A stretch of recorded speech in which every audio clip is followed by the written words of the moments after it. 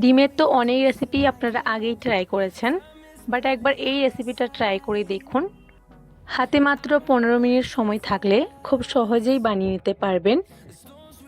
তো আসসালামু আলাইকুম বন্ধুরা, কেমন আছেন সবাই? আসমা কুকিং হাউসে আপনাদের সকলকে স্বাগত। আর আজ আমাদের রেসিপি ডিম পোস্ত ভুনা। তো রেসিপিটা বানাবার জন্য সবার প্রথমে চুলার মধ্যে একটা সসপ্যান বসিয়ে ওর মধ্যে দিয়ে দেব বেশ খানিকটা পানি।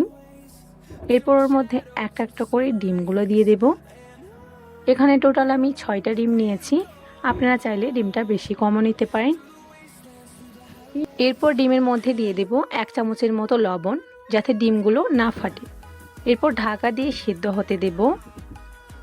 এরপর সাইডে আমি একটা পেস্ট বানিয়ে নিচ্ছি। সবার প্রথমে নিয়ে নিয়েছি 1 চা চামচের মতো সাদা সর্ষে আর 2.5 চামচের মতো পোস্ত, আর নিয়েছি অল্প একটু লবণ, আর নিয়েছি 2টো কাঁচা লঙ্কা। এরপর এর মধ্যে অল্প একটু পানি দিয়ে দেব। এরপর এটাকে কিছুক্ষণ ভিজিয়ে রেখে পেস্ট বানিয়ে নেব। এরপর সাইডে নিয়ে নিয়েছি 2টো বড় সাইজের পেঁয়াজ। এরপর পেঁয়াজটাকে প্রথমে 1/2 করে নেব। এরপর পেঁয়াজটাকে একেবারে ছোট করে কেটে নেব। কতটা ছোট করে কেটেছি সেটা আপনারা নিশ্চয়ই দেখতে পাচ্ছেন। এরপর উঠিয়ে এটাকে প্লেটের মধ্যে রেখে দেব, আর সাথে 2টো কাঁচা লঙ্কাও নিয়ে নিয়েছি। আর এদিকে ডিমটাও খুব ভালোভাবে সেদ্ধ হয়ে গেছে। এরপর ডিমের ঢাকনাটা খুলে একটা ঝাঁঝরার সাহায্যে উঠিয়ে নেব। এরপর ডিমগুলো একটা বাউলের মধ্যে রেখে দেব। এরপর ওর মধ্যে ঠান্ডা পানি অ্যাড করে দেব। ঠান্ডা পানি অ্যাড করলে খুব সহজেই ডিমের খোসাগুলো ছেড়ে যায়।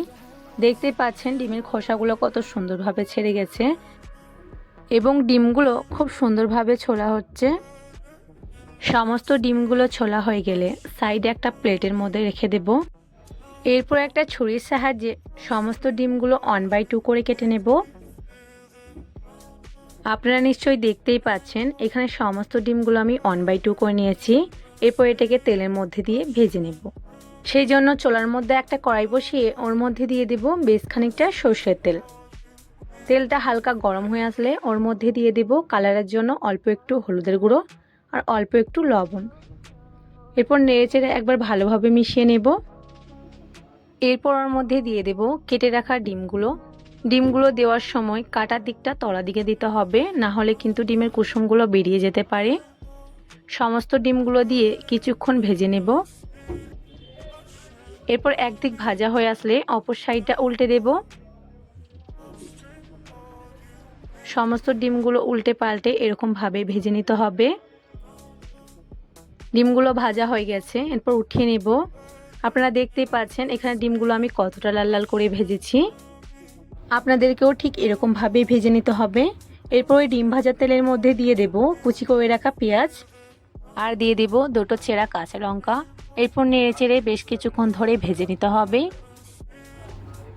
2 থেকে 3 মিনিটের মতো নেড়েচেড়ে ভেজে নিয়ে পেঁয়াজের কালারটা যখন একটু চেঞ্জ হয়ে আসবে, তখন ওর মধ্যে দিয়ে দিতে হবে পরিমাণ মতো লবণ, আর কালারের জন্য দিতে হবে অল্প একটু হলুদের গুঁড়ো, 1 চামচের মতো ধনে গুঁড়ো, 1 চামচের মতো জিরে গুঁড়ো, আর 1/2 চামচের মতো কাশ্মীরি লঙ্কার গুঁড়ো। এরপর মশলাগুলোকে দিয়ে আর একবার ভালোভাবে নেড়েচেড়ে মিশিয়ে নিতে হবে। সমস্ত মশলাগুলো যখন পেঁয়াজের সঙ্গে ভালোভাবে মিশে যাবে, তখন ওর মধ্যে দিয়ে দিতে হবে অল্প একটু পানি। পানিটাকে দিয়ে আবার নেড়েচেড়ে মিশিয়ে নিতে হবে। এরপর কুক হতে দিতে হবে 2 মিনিটের মতো। 2 মিনিট পর যখন মশলা থেকে সমস্ত তেল ছেড়ে দেবে, তখন আর একবার নেড়েচেড়ে নিয়ে ওর মধ্যে দিয়ে দিতে হবে পেস্ট করে রাখা সর্ষে এবং পোস্ত।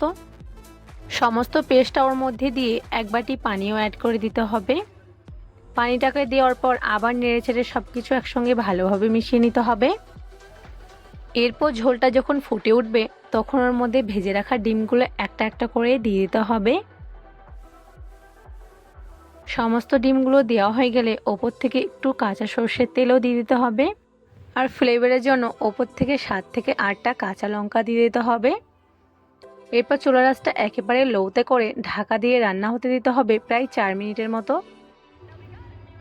4 মিনিট পর গ্যাসের ওভেনটা বন্ধ করে ঢাকা দিয়ে আরও 4 মিনিটের মতো রেখে দিতে হবে। এরপর ঢাকনা খুলে দেখুন রান্নাটা দেখতে কতটা সুন্দর এবং কতটা লবণীয় লাগছে।